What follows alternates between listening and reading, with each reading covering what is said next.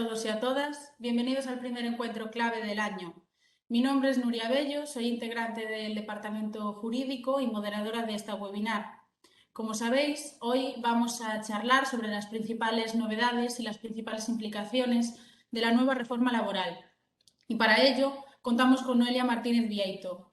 Noelia es nuestra Business Development Manager del Departamento Jurídico y cuenta con una amplia trayectoria y amplia experiencia como abogada laboralista.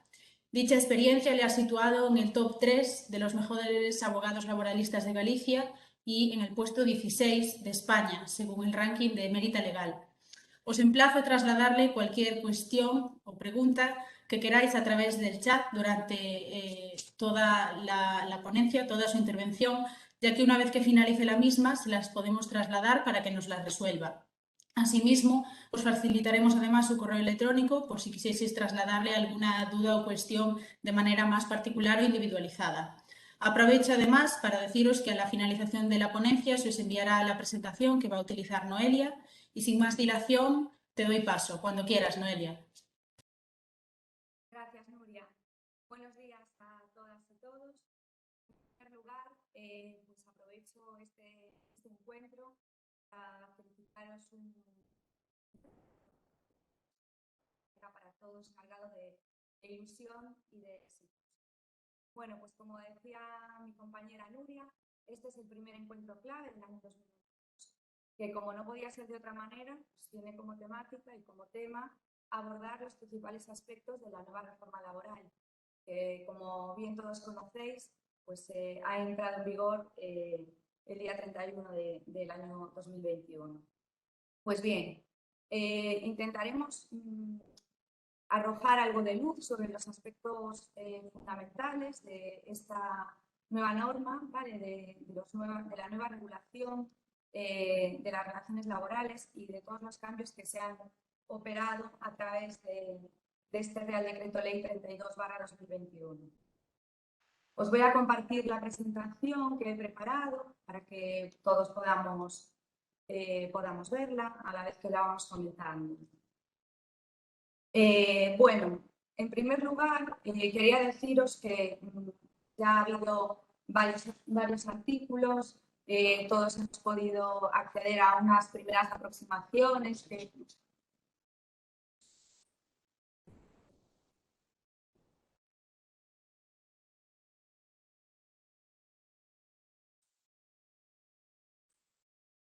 ¿Se me escucha ahora? Sí, ahora un poquito mejor. Vamos a ver si es posible subir un poquito el volumen para que se escuche mejor. A ver, ¿y ahora? Sí, ¿Mejor? vamos a probar esto. Vale, bueno, pues digamos que vamos a centrarnos en las claves, ¿vale? Las claves de la reforma, los aspectos fundamentales o aquellas cuestiones que han sido, bueno, lo básico, los cambios básicos de este Real Decreto Ley. Como todos sabemos, se ha centrado de una manera... ¿No se escucha?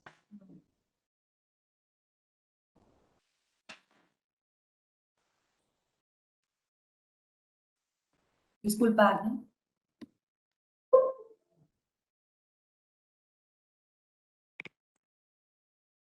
¿Ahora se me escucha mejor? Sí, mucho mejor. Vale. Bueno, pues entonces a ver si por fin podemos empezar con los medios más adecuados.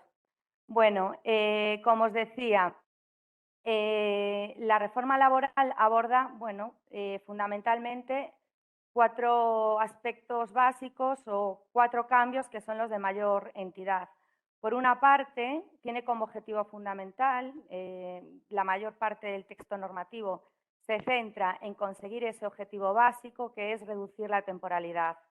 Vale, consideramos que es el aspecto o a la cuestión, el objetivo primario de este nuevo texto normativo, conseguir que nuestro mercado de trabajo, que como todos conocemos es un mercado de trabajo en el que bueno, tiene unas altas tasas de temporalidad, pues que se reduzca y se revierta esa situación para conseguir que las relaciones laborales pues se desarrollen en un marco de mayor estabilidad en el empleo. Otra de las cuestiones, o la segunda de las cuestiones que entendemos que es de gran trascendencia también, sería los cambios operados a nivel de negociación colectiva. Se reducen las materias en las que el convenio colectivo de empresa mantiene la prioridad aplicativa y se recupera la ultraactividad de los convenios colectivos. Por otra parte, se establecen también nuevas medidas de flexibilidad, si bien se mantienen los anteriores ERTEs, tanto el ETOP como el ERTE por fuerza mayor, con algunas modificaciones fundamentalmente de tipo procedimental, pues se crea un nuevo ERTE denominado mecanismo red, con 2 causas que explicaremos más adelante. Además de estas cuestiones, pues también hay cambios importantes a nivel de subcontratación, ¿de acuerdo? Y en relación con la negociación colectiva. Vale, por una parte tenemos el grueso, digamos, de la reforma que se centra en reducir la temporalidad y entiende que para ello lo ideal es reducir el número de contratos, ¿vale? Simplificar las opciones de contratación. La segunda de las cuestiones serían aquellos cambios operados a nivel de negociación colectiva. Después se aborda también la materia de la subcontratación y finalmente, como os decía, esas medidas de flexibilidad, que se crea un nuevo tipo de ERTEs. Si os parece, vamos a ir viendo cada uno de estos aspectos, siendo, como os decía, el de mayor enjundia, pues todas aquellas medidas que están orientadas a la limitación de la temporalidad y a la reducción de los tipos de contrato, que a su vez está o tiene como finalidad pues, esa limitación de la temporalidad.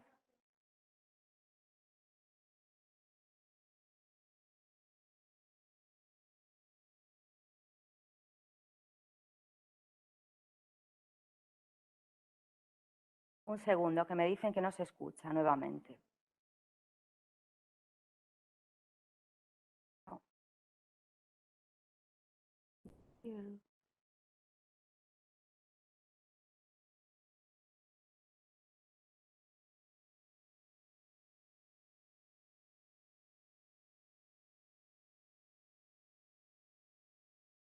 ¿Pero se me escucha?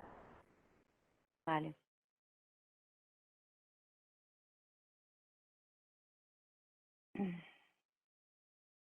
Perdonad, cosas del directo, como se diría, ¿no? Bueno, vamos a hablar entonces, en primer término, de esa limitación de la temporalidad y la reducción de los tipos de contrato, que, como os decía, la reducción de los tipos de contrato está íntimamente vinculada con esa limitación de la temporalidad, ya que, digamos que es uno de los medios que se consideran adecuados para conseguir la reducción de los índices de temporalidad. Se establece como objetivo de esta reforma laboral que acabamos de estrenar, la reducción de la tasa de temporalidad, puesto que se considera, y así se viene explicando a lo largo de la exposición de motivos de la norma, que esa temporalidad es una causa que genera una menor productividad de nuestra economía. Se entiende que es un factor que lastra la economía en el sentido de que merma nuestros ratios de productividad y además es un factor que desincentiva la inversión en formación, la inversión de las empresas en formación de sus trabajadores, por cuanto gran parte o tienen un porcentaje importante de su plantilla temporal, por lo tanto, esa inversión en formación, digamos que pierde atractivo. A estos efectos, por una parte, lo primero que se hace es reforzar el contrato indefinido. Se apuesta por simplificar los tipos de contrato y la primera de las previsiones es que el contrato de trabajo se presumirá celebrado por tiempo indefinido. Se modifica la redacción determinando esa presunción de celebración por tiempo indefinido del contrato, mientras que, si recordamos, en la anterior redacción se establecía que los contratos se podrían celebrar o bien por tiempo indefinido o bien por duración determinada. Y se establecía en la anterior norma una presunción por tiempo indefinido de los contratos temporales que estuviesen celebrados en fraude de ley. Pero, como todos sabemos, el fraude de ley tampoco se presumía. El fraude de ley debería de demostrarse y de acreditarse. Por lo tanto, partimos ya de una base diferente. Si bien es verdad que ya con anterioridad, si no se acreditaba esa causa de temporalidad, el contrato se presumía indefinido, siempre se admitía prueba en contra, ¿de acuerdo? En este momento, digamos que lo que hay es una presunción generalizada en favor de la indefinición del contrato de trabajo. Se han cambiado las reglas del juego, por lo tanto, ya de partida, ¿no? De base. Esta es la primera modificación de la norma. Y a continuación, una vez que se sientan las bases, en el sentido de que el contrato de trabajo se presume indefinido, ¿de acuerdo? Pues los siguientes aspectos que se abordan es la simplificación de los contratos de trabajo. Un poquito de la mano de esa presunción de indefinición. Es decir, lo que nos trasladan es el contrato de trabajo es generalmente indefinido, se presume, por lo tanto, indefinido y, a continuación, la temporalidad debemos de considerarla una excepción. Esto es cómo entiende la nueva normativa el marco, la base de las relaciones laborales, ¿de acuerdo? Y en este sentido, lo que se hace a continuación es eliminar la posibilidad de celebrar contratos por obra o servicio determinado. Desde la entrada en vigor de esta norma, por lo tanto, no se podrán celebrar contratos por obra, si bien es cierto que se establece una vacatio legis en este sentido. ¿Vale? Por lo tanto, se dicen, y en virtud de las disposiciones transitorias tercera y cuarta de la norma, se podrán seguir celebrando contratos por obra o servicio determinado hasta el 30 de marzo del 2022, porque expresamente la norma lo establece. Lo que se ha pretendido con esto, entendemos, es establecer un periodo de adaptación para que las empresas puedan adecuarse a las nuevas reglas del juego, ¿de acuerdo? Entonces, se permite que de manera temporal se puedan seguir celebrando contratos por obra, pero a la vez se limita esa posibilidad a un máximo de 6 meses. Por lo tanto, podrán celebrarse hasta el 30 de marzo este tipo de contratos y siempre por un plazo máximo de 6 meses. Partimos, por lo tanto, de una cuestión básica, presunción de indefinición y delimitación de los contratos temporales. Esa delimitación parte de una primera base, que es la eliminación del contrato por obra, y un segundo aspecto, que es la concreción de cuáles son los contratos temporales que se van a poder celebrar. ¿Vale? Se establece la limitación de los contratos temporales a 2. Simplemente se podrán celebrar 2 tipos de contratos temporales. ¿De acuerdo? El primero de ellos sería el contrato por circunstancias de la producción, que la norma fija, determina y delimita a solamente 2 causas. ¿Vale? Este contrato podemos identificarlo con el anterior contrato eventual. Si bien es cierto que en este momento se delimita a 2 circunstancias y 2 causas que están expresamente previstas en la norma y que son las únicas que permitirán la celebración de contratos, de estos contratos que se denominan ahora por circunstancias de la previsión. Las 2 causas serían una primera causa que he denominado circunstancias ocasionales imprevisibles y una segunda causa que sería circunstancias ocasionales previsibles. La diferencia entre ambas, ¿vale?, parte de que, obviamente, la previsibilidad o imprevisibilidad de la causa, ¿de acuerdo? Y se distinguen sobre su duración y situaciones que nos permiten acudir a una y otra modalidad contractual. Las circunstancias ocasionales imprevisibles se definen en el propio Real Decreto Ley como aquel incremento ocasional e imprevisible, ¿vale?, y oscilaciones que, aun siendo la actividad normal de la empresa, generen un desajuste temporal de empleo entre el estable y disponible y el que se requiere. Se admite que en este supuesto se encajen pues aquellas situaciones en las que se genera un desajuste de las necesidades de mano de obra provocado, por ejemplo, por vacaciones.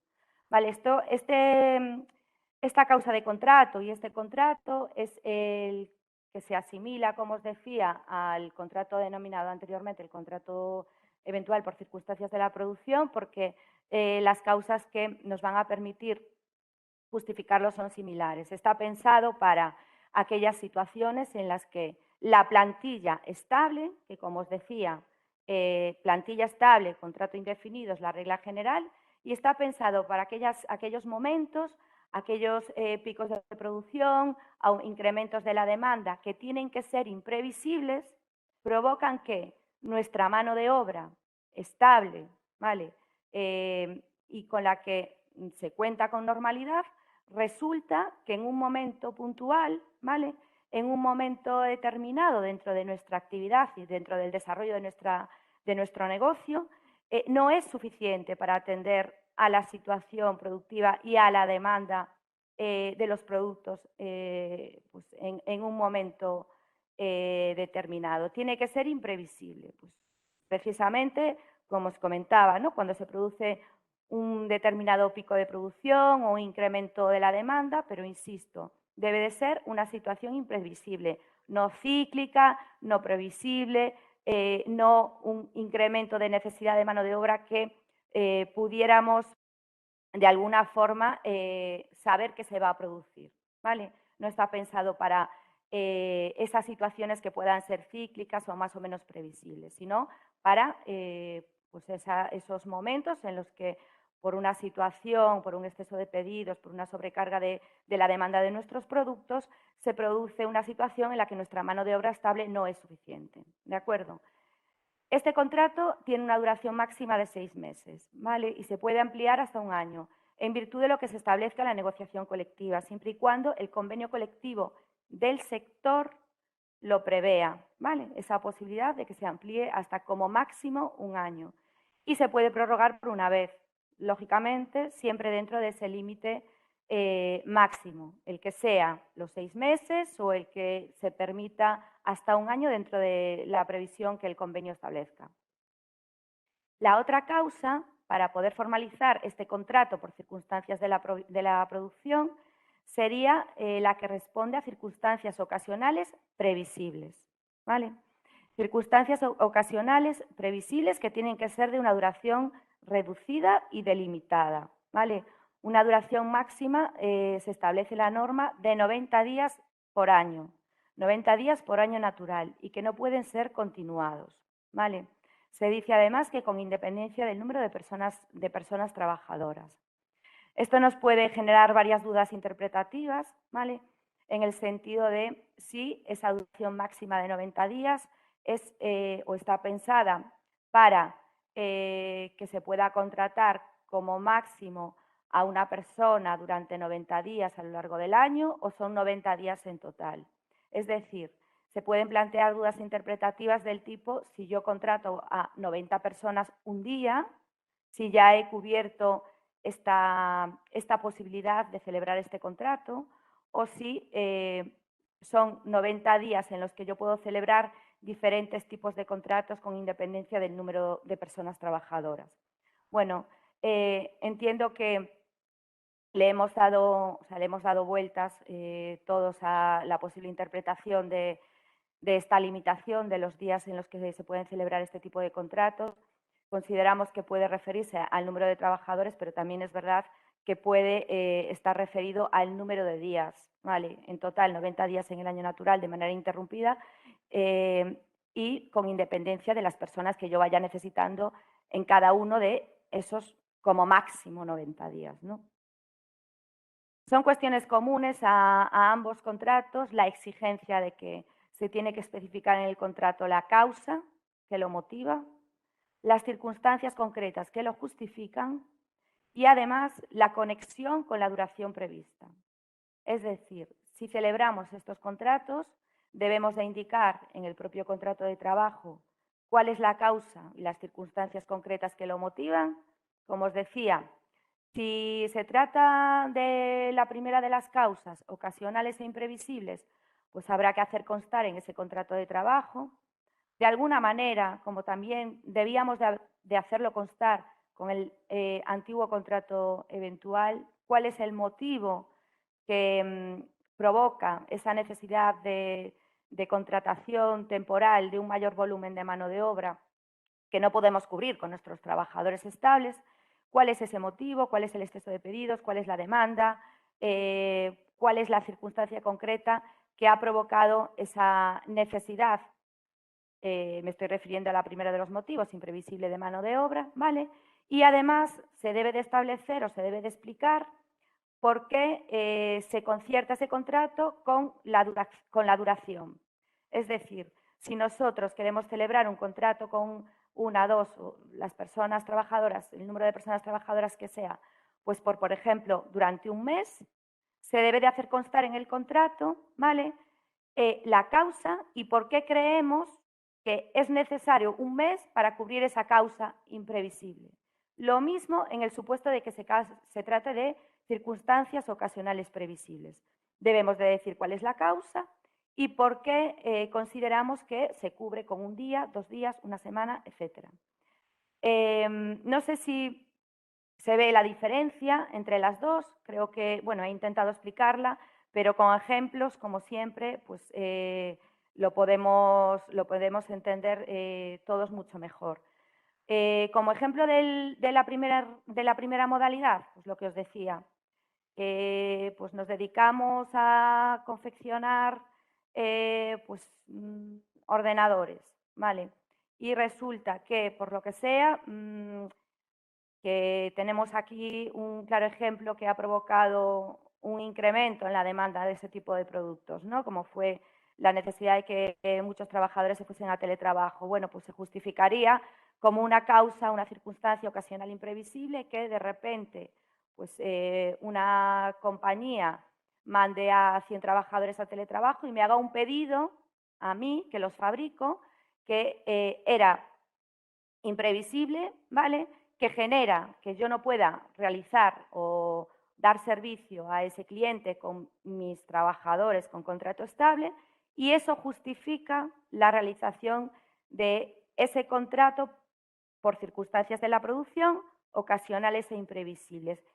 Además, debemos de hacer constar, además de ese motivo, debemos de hacer constar porque creemos que ese contrato, esos contratos de trabajo que vamos a celebrar por ese motivo, pues van a tener una duración de, por ejemplo, 6 meses, porque creemos que en 6 meses se podrá atender a ese pedido concreto que es imprevisible.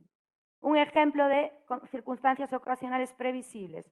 Yo creo que a todos nos puede venir a la cabeza que como circunstancia ocasional pero previsible puede ser, por ejemplo, un Black Friday, ¿vale? Es previsible porque se produce siempre, pero es de duración reducida, delimitada y con base en esa causa podríamos celebrar este contrato por circunstancias de la producción basado en una causa o una circunstancia ocasional previsible de duración reducida.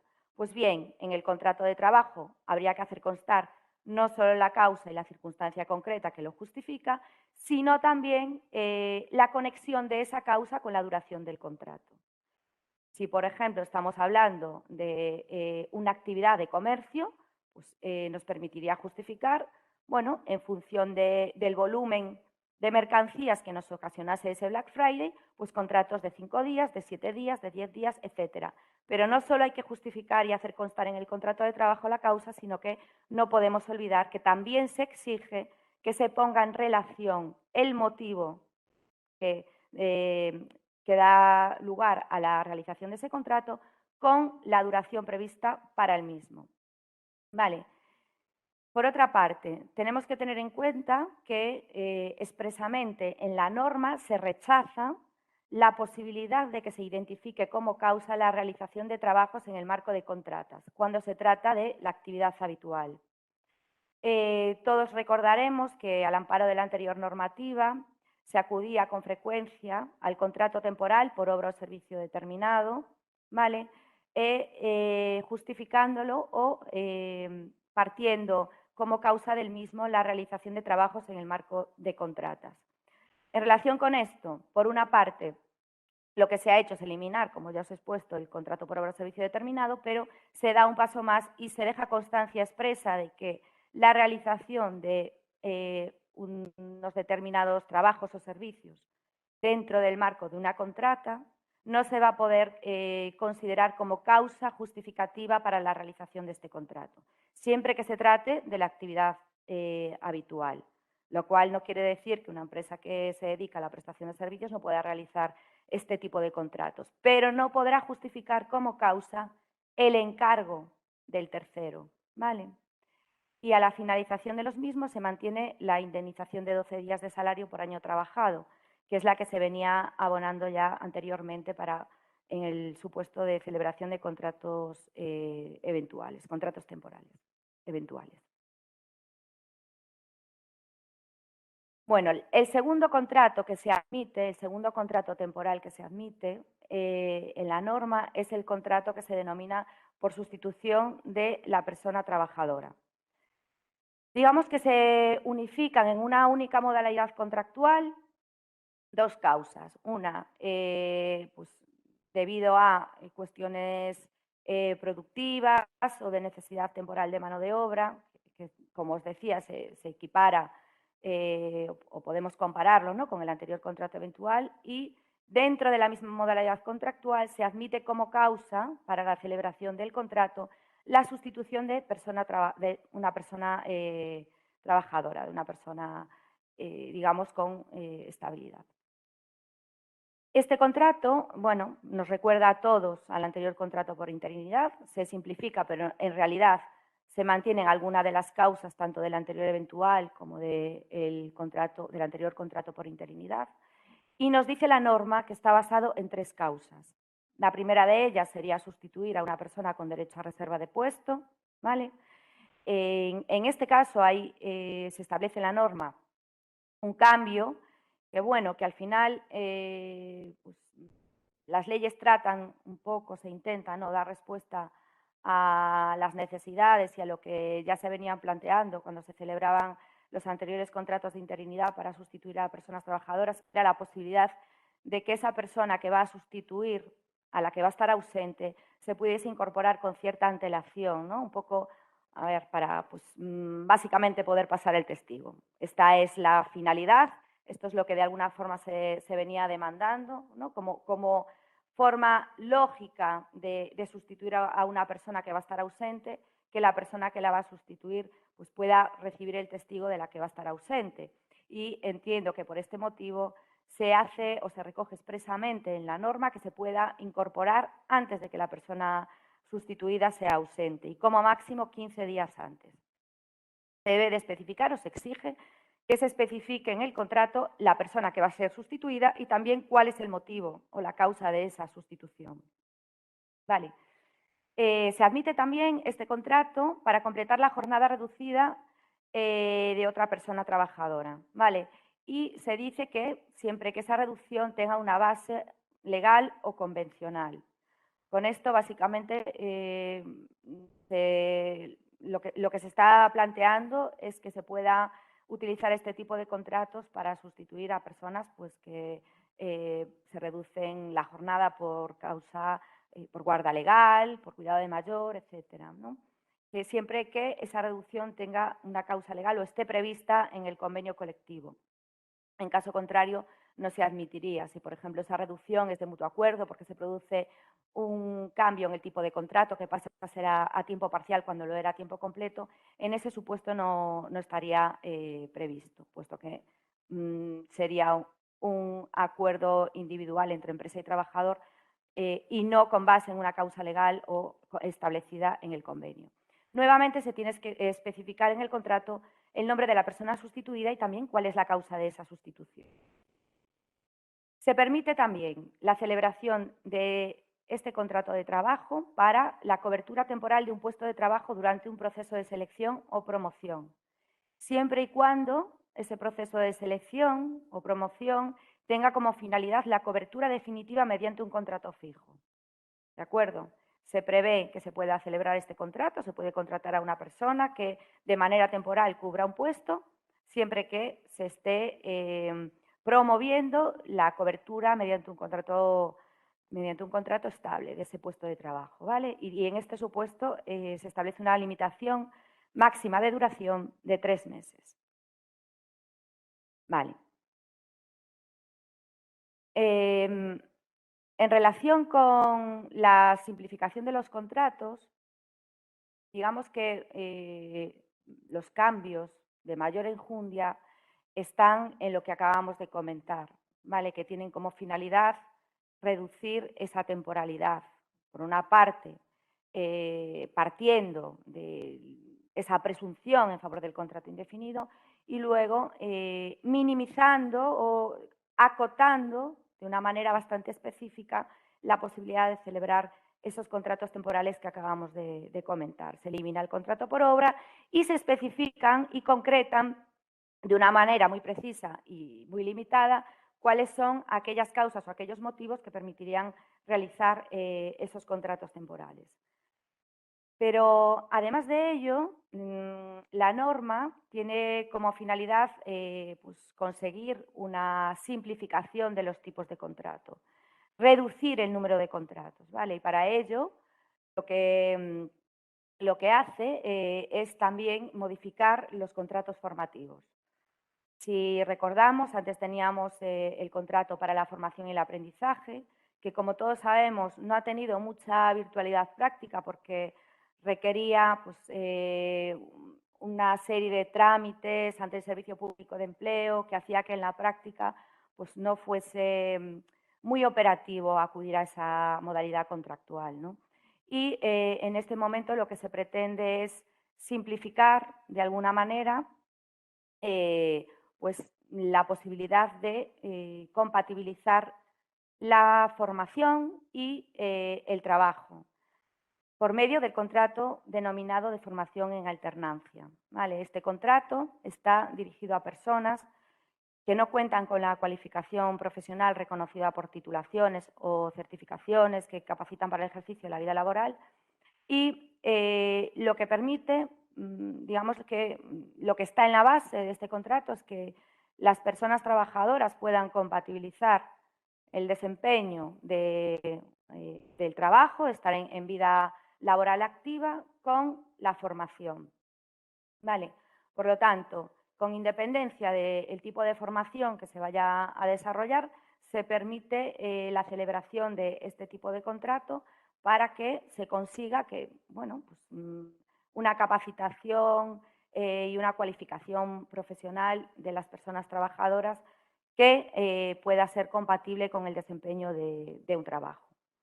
El tiempo de trabajo efectivo bajo esta modalidad no puede ser superior al 65% de la jornada máxima que esté establecida en el convenio colectivo aplicable para el primer año y para el segundo año se ampliaría hasta el 85%. ¿Vale?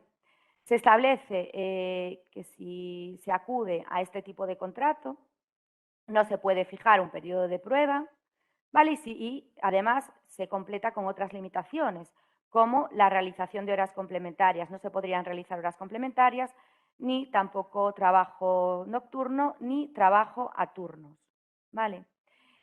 Se prevén una serie de, bueno, de condicionantes que son comunes tanto para el contrato de formación en alternancia, que es el que acabamos de comentar, digamos que es ese contrato que tiene como finalidad que una persona pueda formarse y a la vez trabajar, ¿vale?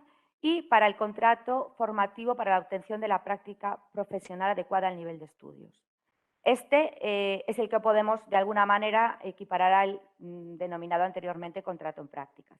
Bueno, se establecen para ambos una serie de limitaciones, como sería la no realización de horas extraordinarias.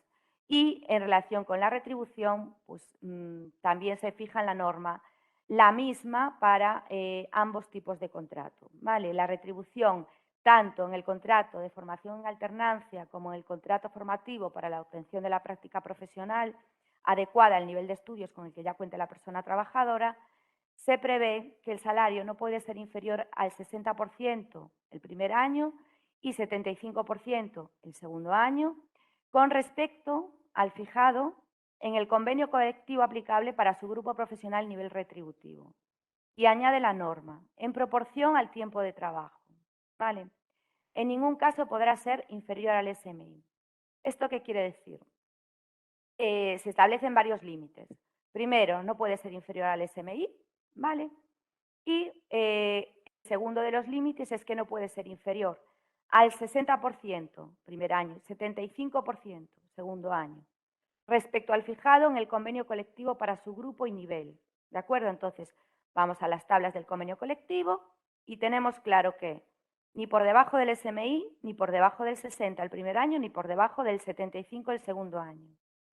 Pero esto debe de interpretarse siempre de manera proporcional al tiempo de trabajo, ¿de acuerdo? Porque, como os decía, volviendo al primero de ellos, el contrato de formación en alternancia, nos dice que el tiempo de trabajo efectivo no puede ser superior al 65%. Sin embargo, nos dice que la retribución no puede ser inferior al 60%. Insisto en esto porque la interpretación, ¿vale?, de ambas cuestiones pues está relacionada y porque no podemos perder de vista la palabra proporcional. Esto debemos de tenerlo en consideración porque si bien nos dice que el tiempo de trabajo efectivo no podrá ser superior al 65% el primer año y el salario no puede ser inferior al 60% el primer año, esto no quiere decir que podamos formalizar un contrato, ¿vale?, con una jornada de un 65% y un salario que respete el límite establecido para el salario en el 60%, pero que sea desproporcional con la jornada si la que hemos fijado es mayor. Bueno, no sé si me he explicado. Si los límites respecto del salario tienen que ir proporcionales a la jornada, ¿de acuerdo? Pero, además de eso, nos establece un mínimo, ¿vale? Lo hemos interpretado en el sentido de, la primera premisa sería la proporción y la segunda de ellas sería que si, por ejemplo, en el primero de los contratos el límite de jornada se establece en el 65%, esto nos permite celebrar un contrato en un 50% de jornada.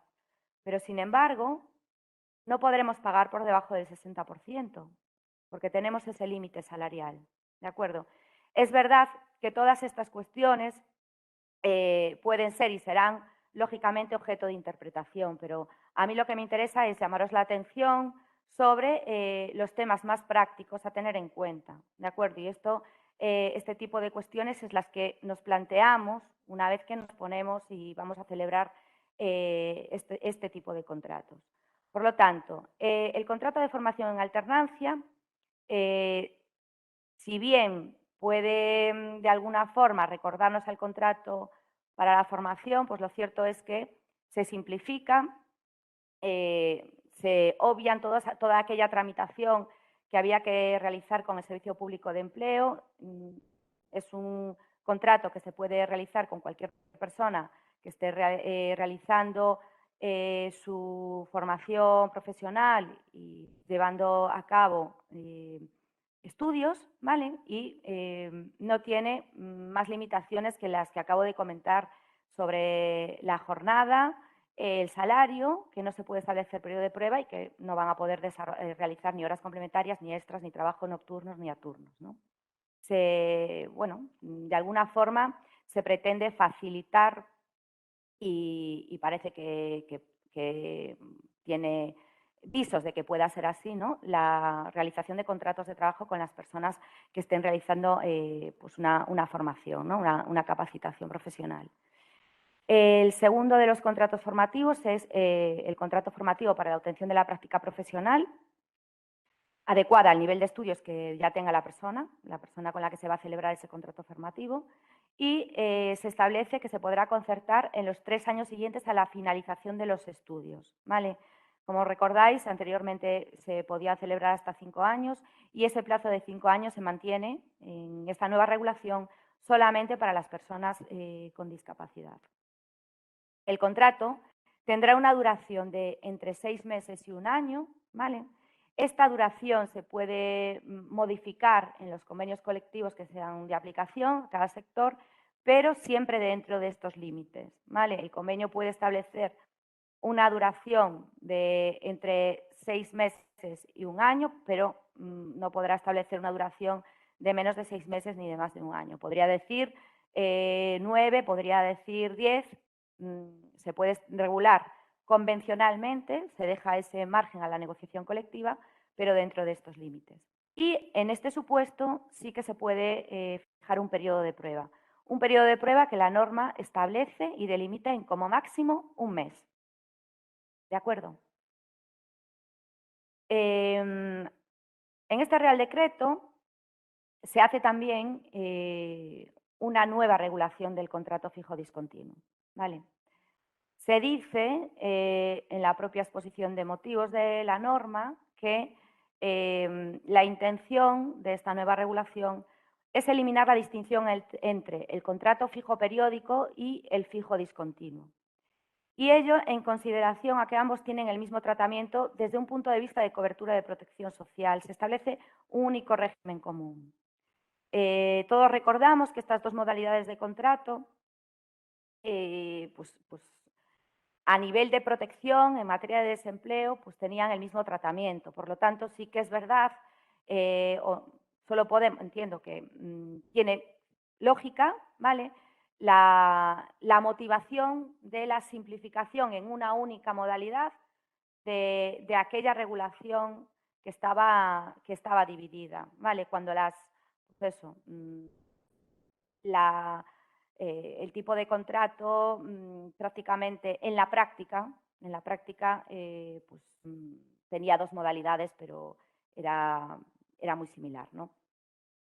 Entonces, esta es un poco la finalidad de la nueva regulación del contrato fijo discontinuo, establecer un único régimen común, porque realmente no se justificaba esa diferenciación, ¿vale? Y se pone el énfasis o se llama la atención en dos cuestiones. El carácter indefinido, ¿vale? Del contrato fijo discontinuo, si bien, bueno, no es un contrato indefinido en el que no se desarrolla actividad durante todo el año, pero es estable, ¿vale? Y se concreta y se pone también especial énfasis en el objeto y la naturaleza de los trabajos realizados, ¿vale? Entonces, se establece que se podrá realizar este tipo de contratos cuando lo que se pretenda sea dar cobertura al desarrollo de trabajos que son estacionales y que están vinculados a actividades productivas de temporada, o para el desarrollo de aquellos que, sin tener esa naturaleza, son de prestación intermitente. Ya tengan periodos de ejecución ciertos que sean determinados o indeterminados, ¿vale? Está pensado para esos trabajos, digamos, de temporada o estacionales. Se pretende que se cubra pues, o que se dote de esa estabilidad en el empleo para atender a ese tipo de trabajos. Y también para el desarrollo de trabajos consistentes en la prestación de servicios en el marco de ejecución de contratas mercantiles o administrativas, que si bien son previsibles, ¿vale?, forman parte de la actividad ordinaria de la empresa. Por lo tanto, se simplifican las dos modalidades anteriores, ¿vale?, y ya se recoge en un único supuesto la realización del contrato fijo discontinuo, ¿vale?, para esos trabajos que son estacionales, se trata de actividades productivas de temporada, ¿vale?, ya sean determinados o indeterminados, ya tengan periodos de ejecución ciertos, más o menos previsibles en el tiempo, sabiendo que sí se producen de forma cíclica. Digamos que el cambio o la previsión más llamativa es que expresamente se recoge la posibilidad de que se celebren este tipo de contratos fijos discontinuos para realizar trabajos en el marco de contratas mercantiles o administrativas.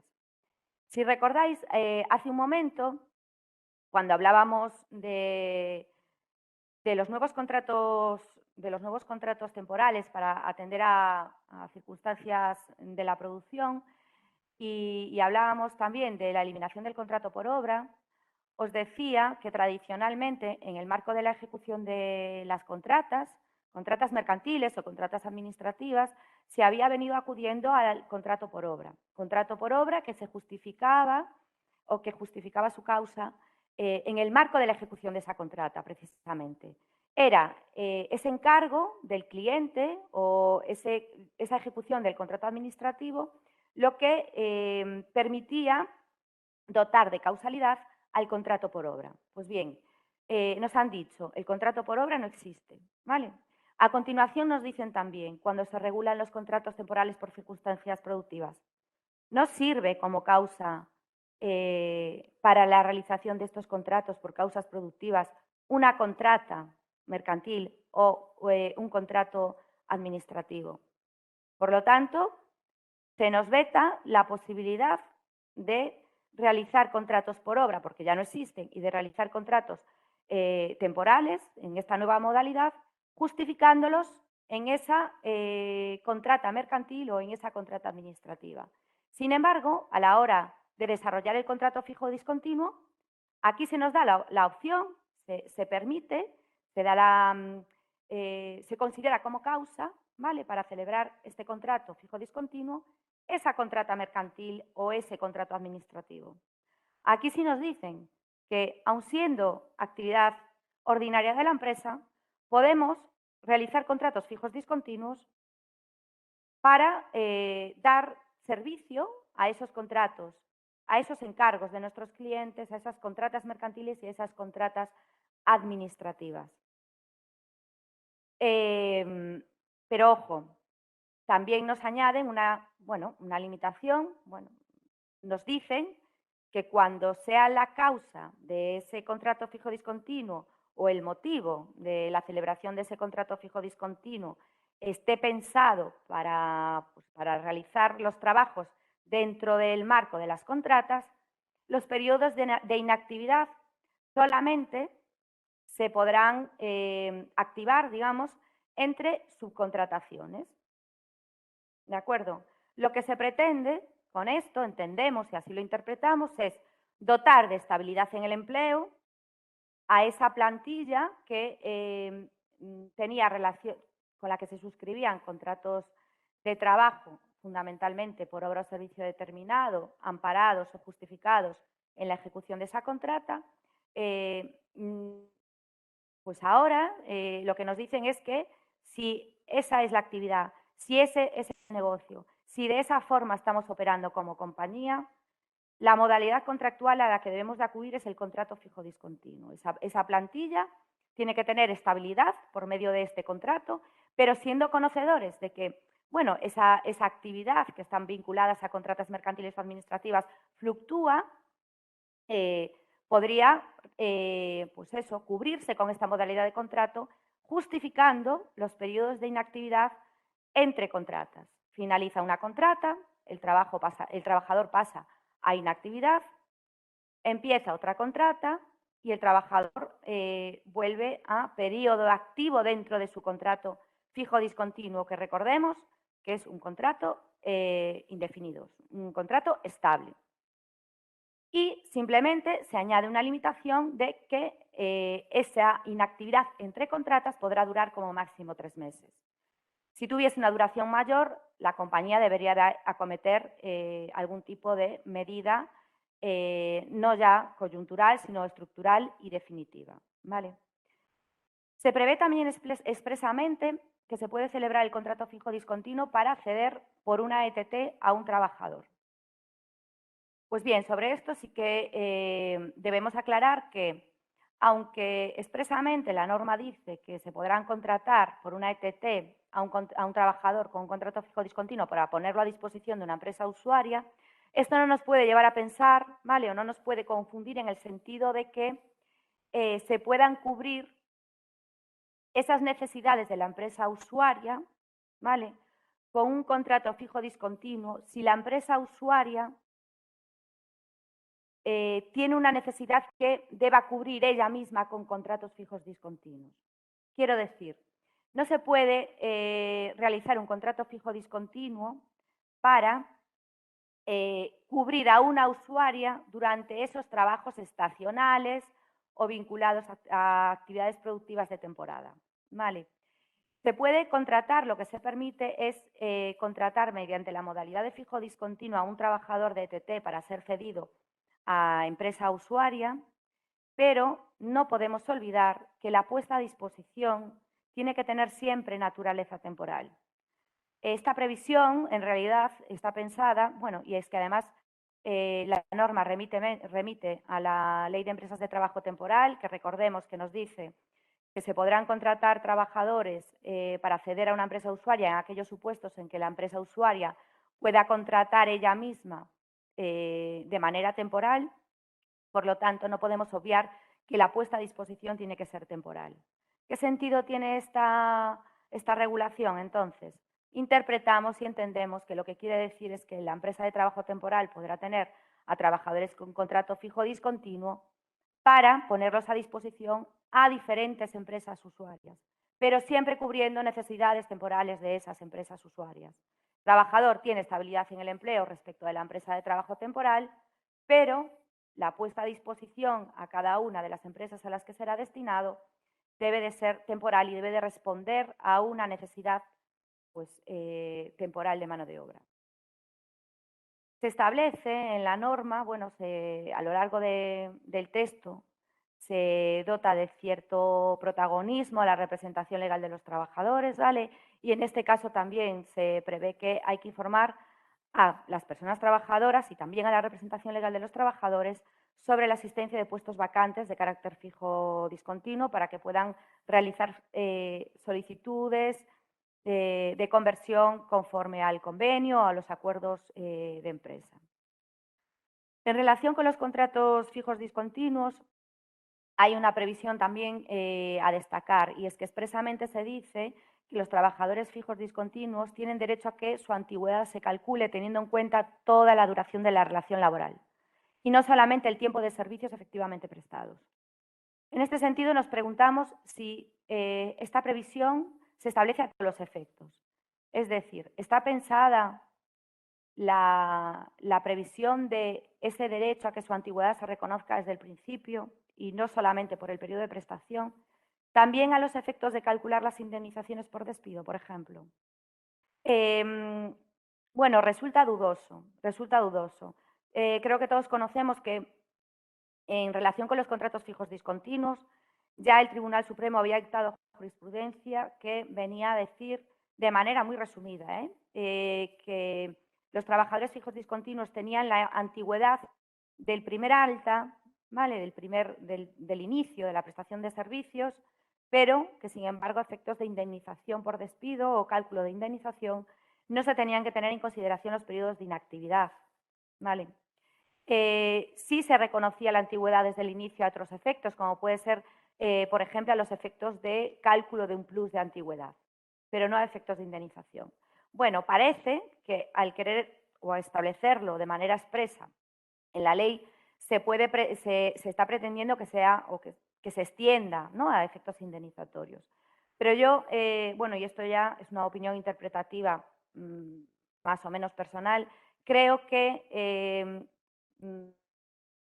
el espíritu de la norma tampoco es ese, porque no podemos olvidar que también hace referencia a criterios de objetividad, proporcionalidad y transparencia.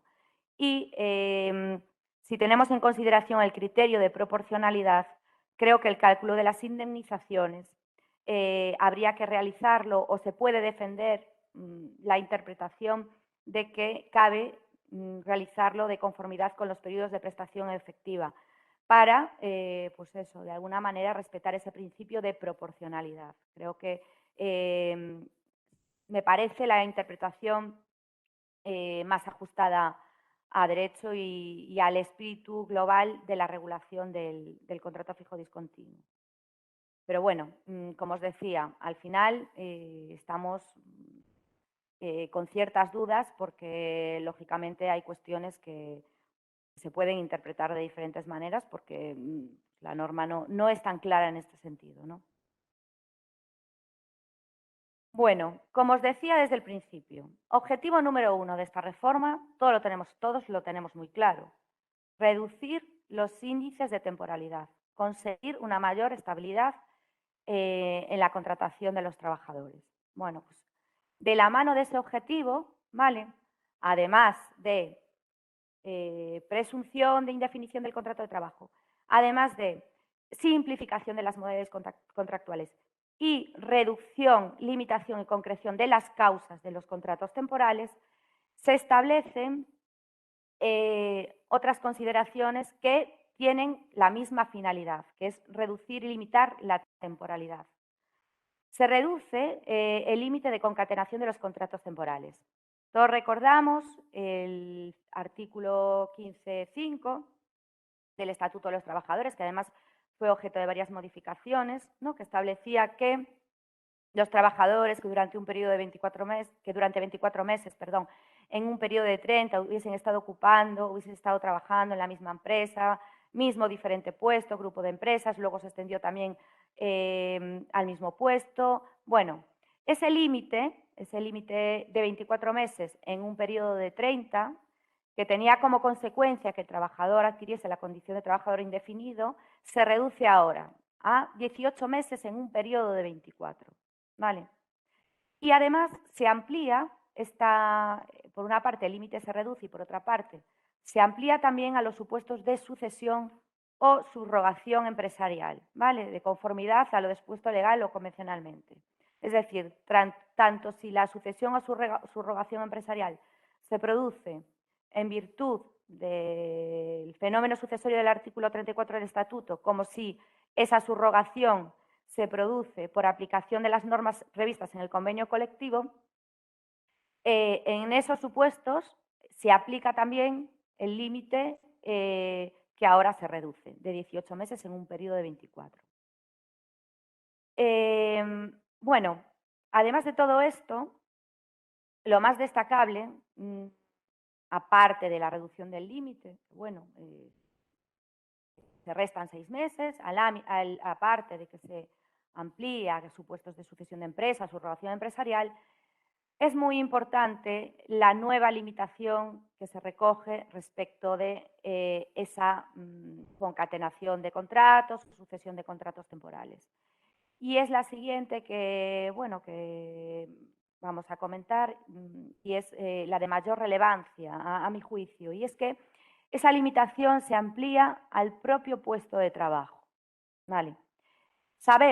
Recordamos que la regulación del Estatuto decía el trabajador que hubiese estado prestando servicios durante más de 24 meses en un periodo de 30, bueno, pues no se trata de que en este momento simplemente donde había 24 se diga 18, donde había 30 se diga 24 y se reduzca, sino que la limitación que ahora se establece en 18 meses dentro de un periodo de 24 se extiende al propio puesto de trabajo.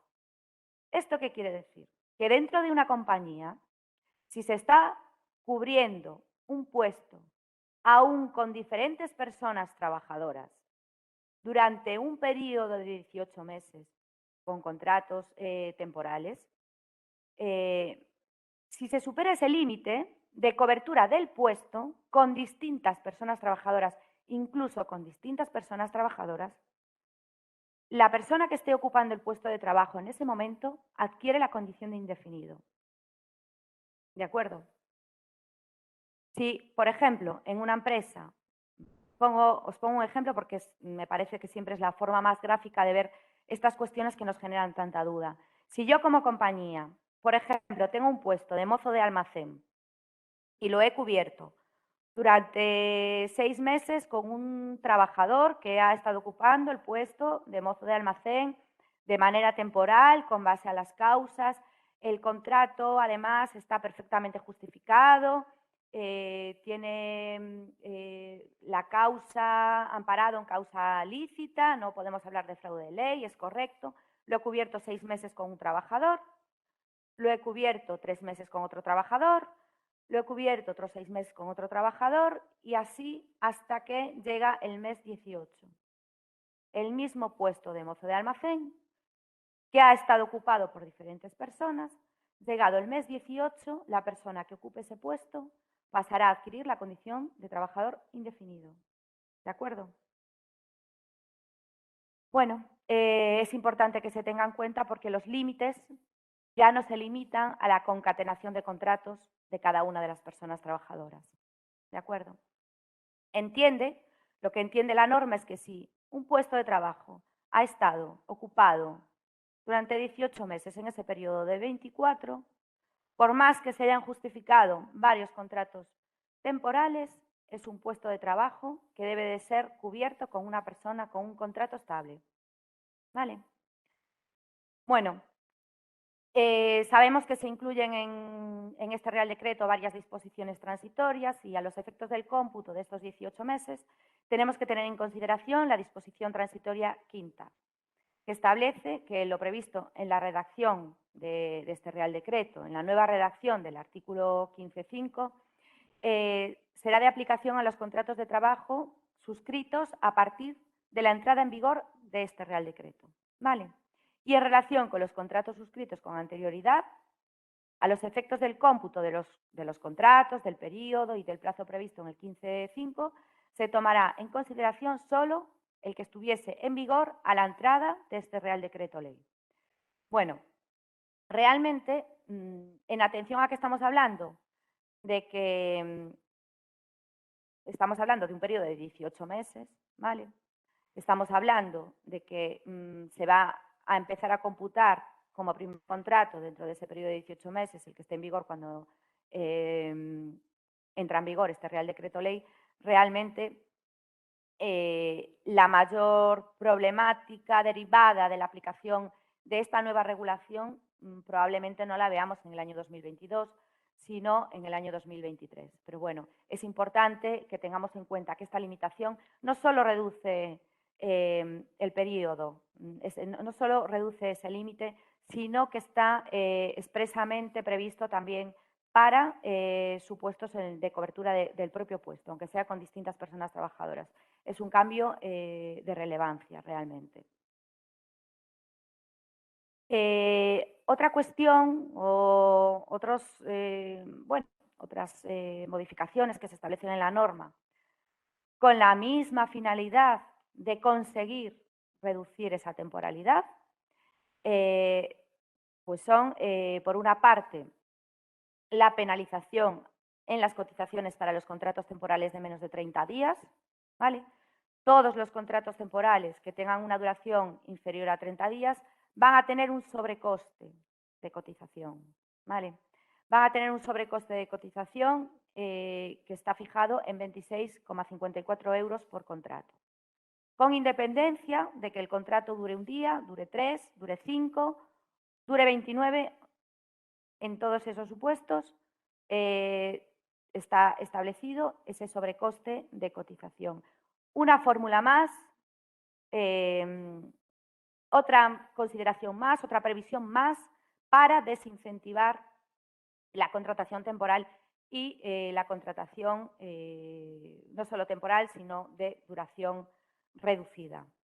Y finalmente se lleva a cabo una modificación de relevancia también en la Ley de Infracciones y Sanciones del Orden Social para establecer que todas aquellas infracciones que tengan que ver con los límites a la contratación, la celebración de contratos en fraude de ley y el incumplimiento de las normas en materia de contratación, pues previstas en el artículo 7.2 de la LISOS, serán sancionadas por cada una de las personas trabajadoras.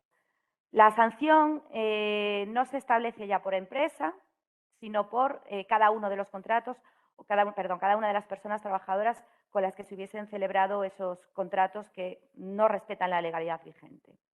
Por lo tanto, es una fórmula más para tratar de promover una contratación estable y de alguna forma que a las empresas no les, de alguna forma, dicho coloquialmente, no les salga a cuenta pagar la sanción y se opte conscientemente por celebrar los contratos indefinidos y con la mayor estabilidad y reducir esa contratación temporal.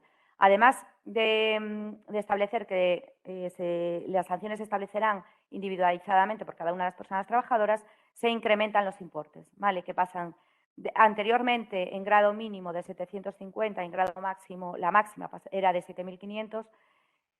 Ahora mismo la horquilla se ha fijado de 1.000 a 10.000 euros por cada uno de los contratos que se puedan considerar que no se han realizado, no se han formalizado de acuerdo con la legalidad vigente.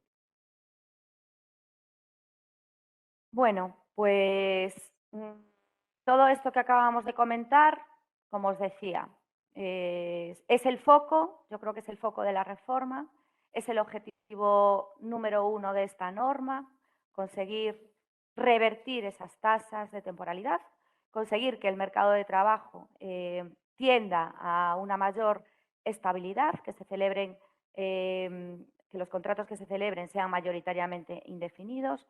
Este objetivo se intenta conseguir de la manera en la que acabamos de comentar: presunción de celebración del contrato indefinido, concreción, detalle y limitación de las causas que permiten realizar contratos temporales, eliminación del contrato por obra también, simplificación de las modalidades contractuales y establecimiento de desincentivos a la celebración de contratos temporales con esa sobrecotización, con el incremento de las sanciones y reducción de los límites y posibilidades de concatenación de esos contratos de manera especialmente significativa, ampliándolo al puesto de trabajo.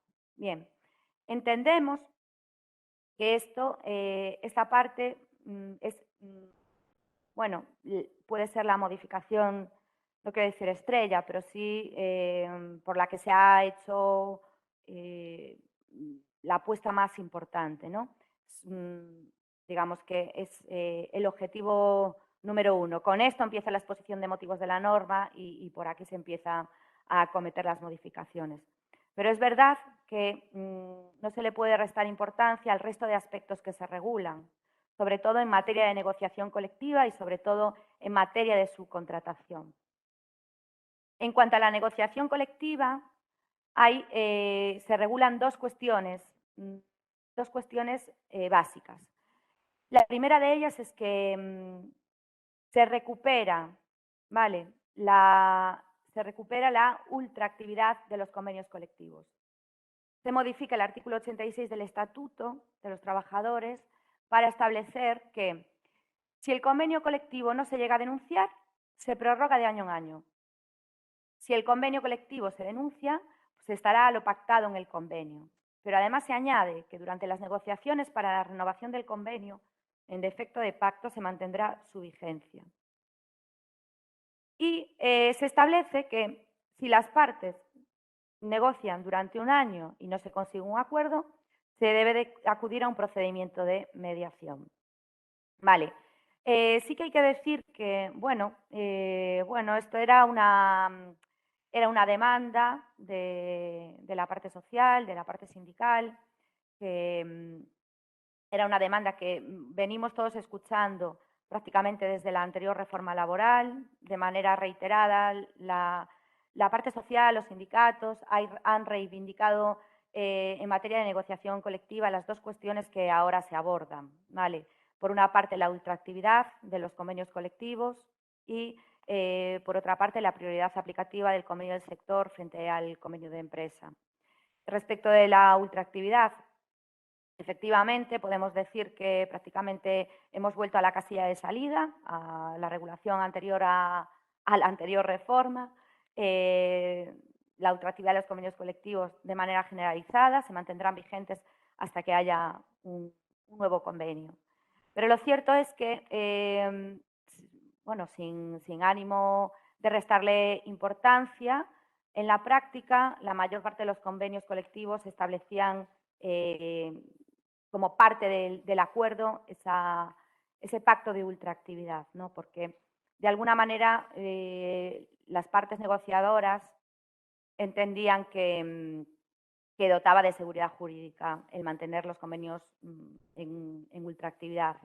Quizá dejando en gran parte de ellos pues, la actualización de tablas fuera de esa ultraactividad, pero sí que de manera generalizada todos sabemos que todos vemos y lo hemos estado viendo desde el 2012 hasta ahora, los convenios colectivos que se han negociado, pues en su mayoría, no de manera generalizada, pero sí que en gran parte ya se recogía esos pactos de ultraactividad del convenio hasta que entrase en vigor uno nuevo, o al menos si no estaba denunciado por ninguna de las partes, ¿no? Y en relación con esta modificación se establece también una disposición transitoria, que es la séptima, ¿vale?, que establece que los convenios que estuviesen denunciados a la entrada en vigor de la norma mantendrán su vigencia mientras no se adopte un convenio nuevo, ¿vale? Por lo tanto, todos los convenios que estén denunciados, que se estén negociando, pues se les aplica también la ultraactividad que se recoge ahora en la norma. Bueno, en relación con la negociación colectiva. Como os decía, dos aspectos que se venían reivindicando desde la anterior reforma laboral por la parte social, la ultraactividad y la prioridad aplicativa del convenio del sector. Bien, respecto de la ultraactividad, bueno, ya lo hemos comentado, pero bueno, en realidad sí que tengo que decir que tiene menos virtualidad práctica porque en muchos ya estaba pactada esa ultraactividad. Pero respecto de la prioridad aplicativa del convenio sectorial sobre el convenio de empresa, pues lógicamente todas las empresas que han negociado convenios de empresa lo han hecho dentro de su marco de negociación, dentro de su esfera de negociación y han aprovechado esa posibilidad para ajustar, ¿vale?, sus relaciones laborales a las necesidades propias de su organización, ¿vale? Desde todos los puntos de vista en los que se permitía legalmente, se regulaban, por supuesto, las condiciones salariales y el resto de materias, y se ha considerado un marco idóneo de negociación y, en realidad, el más óptimo porque se adapta a la realidad de la empresa. Con anterioridad a la reforma del 2012, se negociaban muy pocos convenios de empresa porque los convenios de empresa debían de respetar todo lo establecido en el convenio sectorial, ¿vale? Por lo tanto, los pactos que se alcanzaban, los convenios que se alcanzaban dentro del seno de las organizaciones, pues consistían en una mejora de condiciones respecto del sector, pero poco margen o poca flexibilidad se podía adoptar si no estaba dentro de las normas reguladas ya por el convenio del sector. Bueno, tras la reforma, pues se negociaron convenios que, como os decía, se venían considerando, y así lo pienso también, como lo más idóneo para regular las relaciones laborales porque bajaban a la propia organización. Los negociadores de esos convenios conocían, porque estaban en la organización, la problemática, la mejor forma de organizar el trabajo, las necesidades de las dos partes, etc. Bueno, pues ahora, con la reforma, en realidad, bueno, aunque se haya intentado explicar que volvíamos nuevamente a la casilla de salida, como con la ultraactividad, en realidad no es así. No es así porque se habla de prioridad aplicativa del convenio de empresa sobre el del sector, eliminando la letra A del anterior artículo. ¿De acuerdo? Si recordáis, en esa letra A de la anterior redacción se establecía que el convenio colectivo de empresa tendría prioridad aplicativa en materia de cuantía del salario. Esta es, digamos, la modificación respecto de la prioridad aplicativa. Estamos hablando de una cuestión de concurrencia de convenios y de aplicación de normas. Se mantiene, por lo tanto, la prioridad aplicativa del convenio de empresa sobre el sectorial en todas estas cuestiones que ya estaban en la anterior redacción. Sobre la decisión de abono compensación de horas extra, retribución de trabajo a turnos, sobre el horario y la redistribución del tiempo de trabajo, los regímenes de trabajo a turnos, planificación de vacaciones, adaptación al ámbito de la empresa de los sistemas de clasificación profesional, sobre modalidades de contratación, medidas para favorecer la corresponsabilidad. Es decir, se saca de la esfera de negociación de la empresa la cuantía salarial. Lo que se pretende es que las tablas que se fijan convencionalmente deban de ser respetadas por las empresas del sector y que no pueda ser objeto de regulación dentro de los convenios colectivos de empresa. Se entendió que, bueno, que en ocasiones la regulación del convenio de empresa pues, tenía como finalidad o objetivo la merma de las condiciones salariales y por eso se saca de esa prioridad aplicativa precisamente a la cuantía del salario.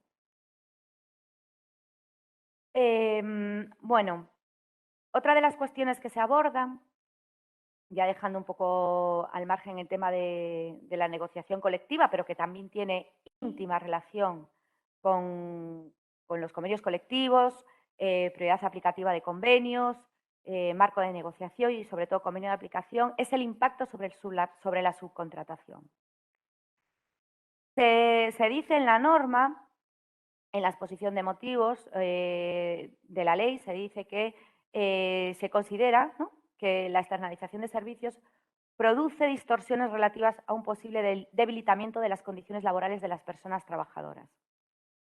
En la exposición de motivos de la norma se viene a destacar que se considera que se ha podido estar acudiendo a la subcontratación, ¿vale?, como finalidad del abaratamiento de costes de la mano del abaratamiento de los salarios, ¿vale?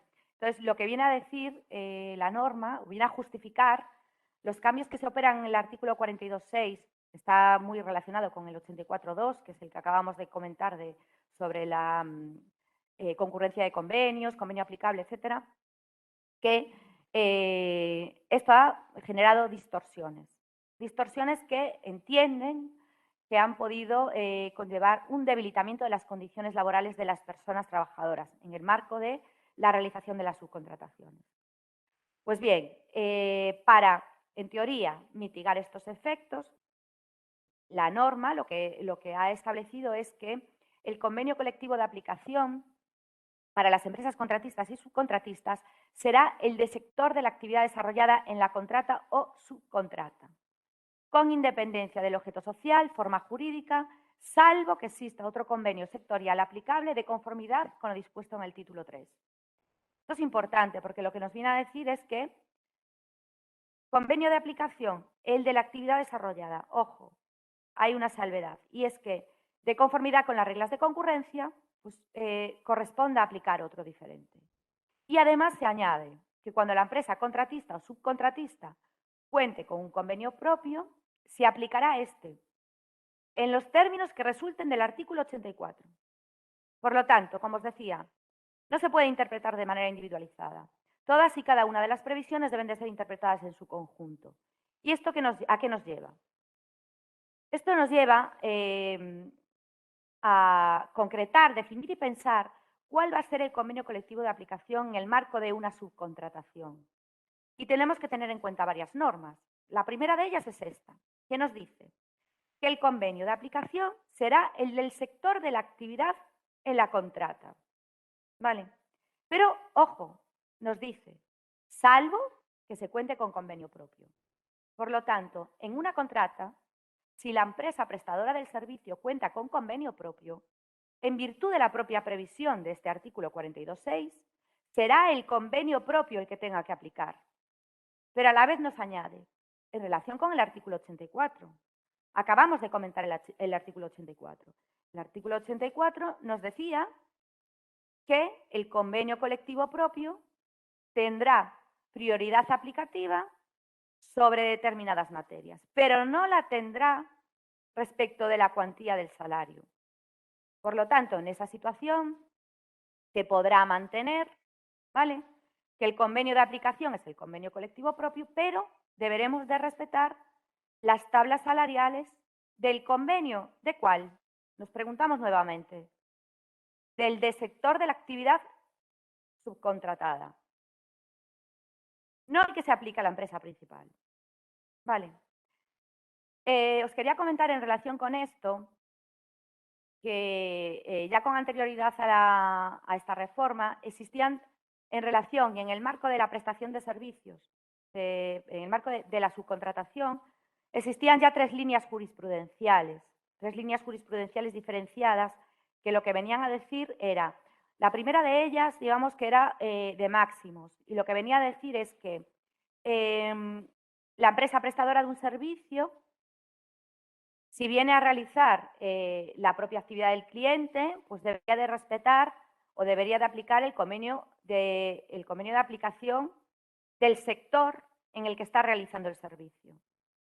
Y la finalidad de esto era evitar distorsiones derivadas de que unos trabajadores prestando servicios en un sector X, contratados por una empresa, tengan unas condiciones. Otros trabajadores, por el mero hecho de estar en una subcontrata, si realizan la misma actividad de la empresa principal, al final están haciendo el mismo trabajo y tengan unas condiciones diferentes, normalmente inferiores. Esta era una línea jurisprudencial, ¿vale? Que lo que decía era que la subcontratación, la empresa subcontratista debía respetar las condiciones del sector de la empresa principal. La segunda de las líneas jurisprudenciales lo que decía es: no se puede exigir no se puede exigir a la empresa subcontratista el respeto del convenio colectivo aplicable a la empresa principal cuando la actividad que está desarrollando no coincide con la de la empresa principal, es diferente. Pongo un ejemplo. En hoteles, bueno, sabemos que,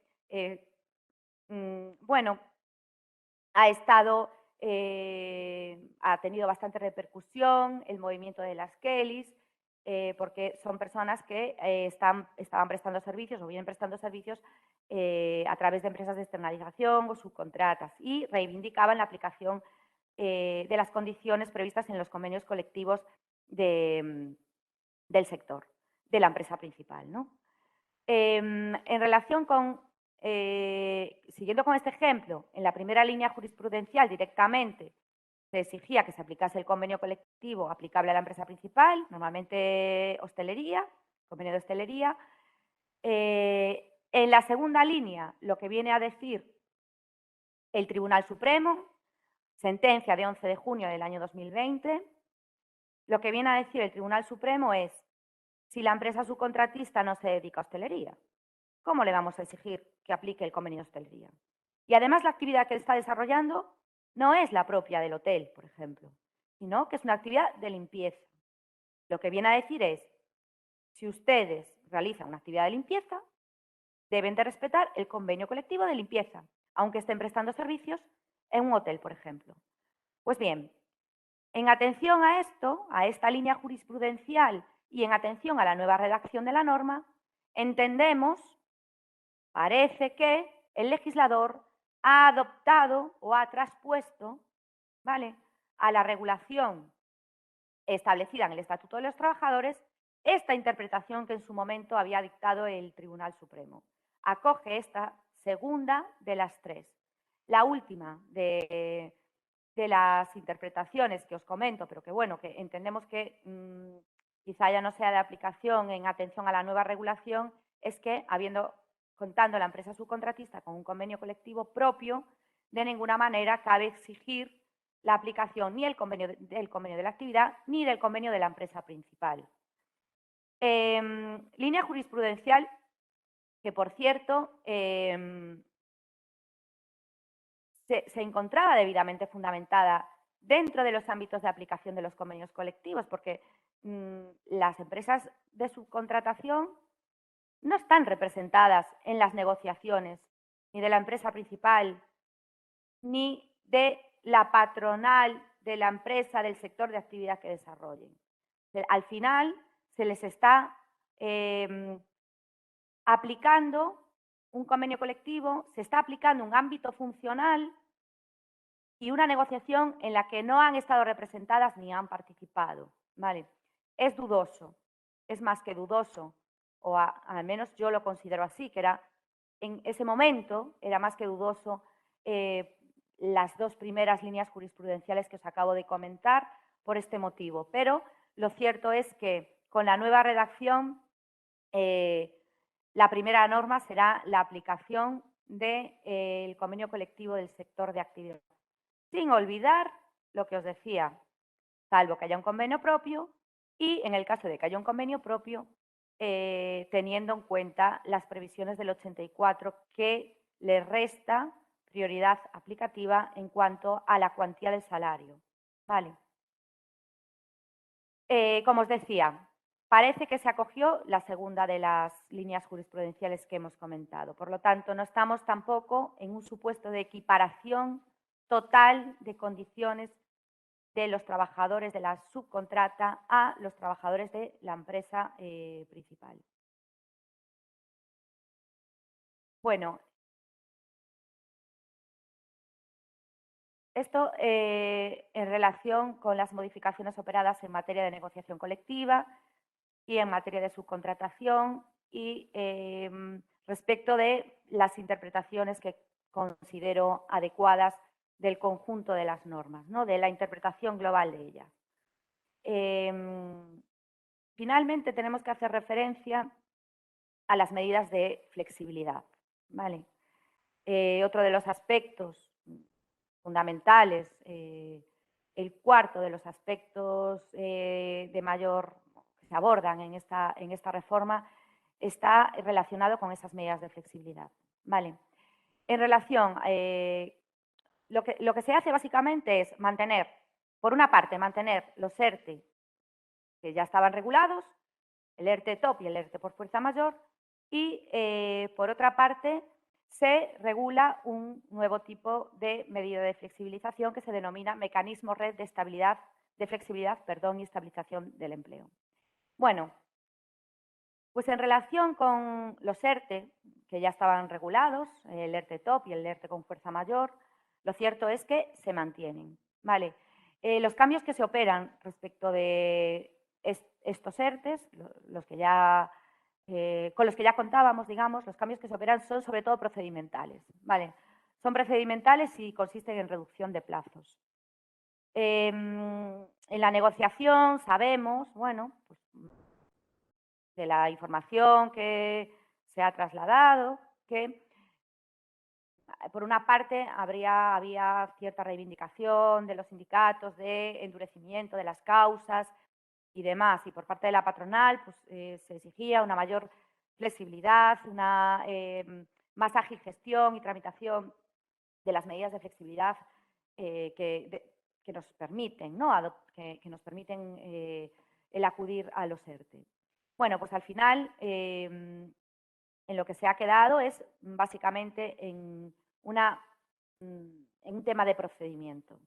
Los ERTE que tenemos en vigor, los ERTE con los que ya contábamos, simplemente las modificaciones que se operan son de este tipo. Vale. Se reducen los plazos de tramitación del ERTE top.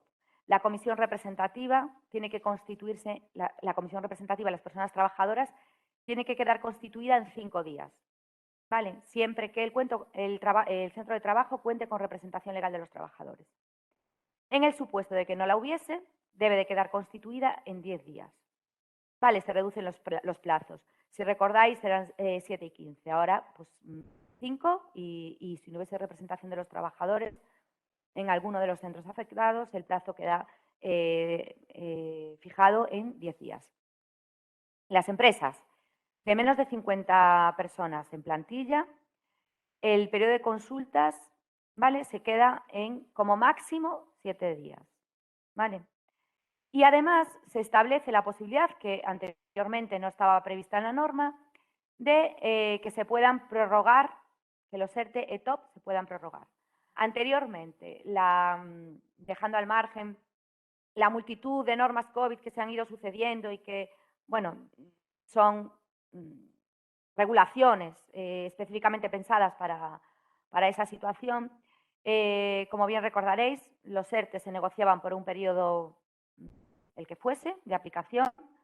Es verdad que la compañía podía dejarlo sin efecto con anterioridad, pero no cabía la posibilidad de prorrogarlos. Nos ha pasado con algunos clientes y vosotros también os ha ocurrido directamente, os ha podido ocurrir a alguno de vuestros colaboradores, que se han negociado, estoy refiriéndome a antes de toda la norma COVID, se han negociado ERTES ETOP por un periodo determinado, que llegado el momento de finalización del periodo acordado, se vio que era insuficiente para atajar la medida o atajar la situación coyuntural a la que se pretendía hacer frente y no cabía la posibilidad de prorrogar el ERTE inicialmente negociado y hemos tenido que negociar nuevos ERTE porque el periodo por el cual se había pactado se había finalmente revelado insuficiente, ¿no? En este momento, la nueva regulación establece la posibilidad de que se prorroguen los ERTE que se hubiesen negociado, los ERTE top ya negociados, que se prorroguen, siempre que medie un periodo de consultas que será como máximo de 5 días. La comisión negociadora está constituida, es la comisión válida para negociar esta prórroga y en 5 días debería de quedar zanjado el asunto, ¿vale? Pero se establece expresamente esa posibilidad. Bueno, finalmente, se crea lo que se denomina el mecanismo red de flexibilidad y estabilización del empleo, nuevo SERTE, ¿vale? Y se establecen dos tipos, cíclico y sectorial, ¿vale? El mecanismo cíclico responde a una coyuntura macroeconómica generalizada, ¿vale?, que aconseje la adopción de instrumentos adicionales de estabilización, ¿vale?, y como máximo tendrá una duración de 1 año.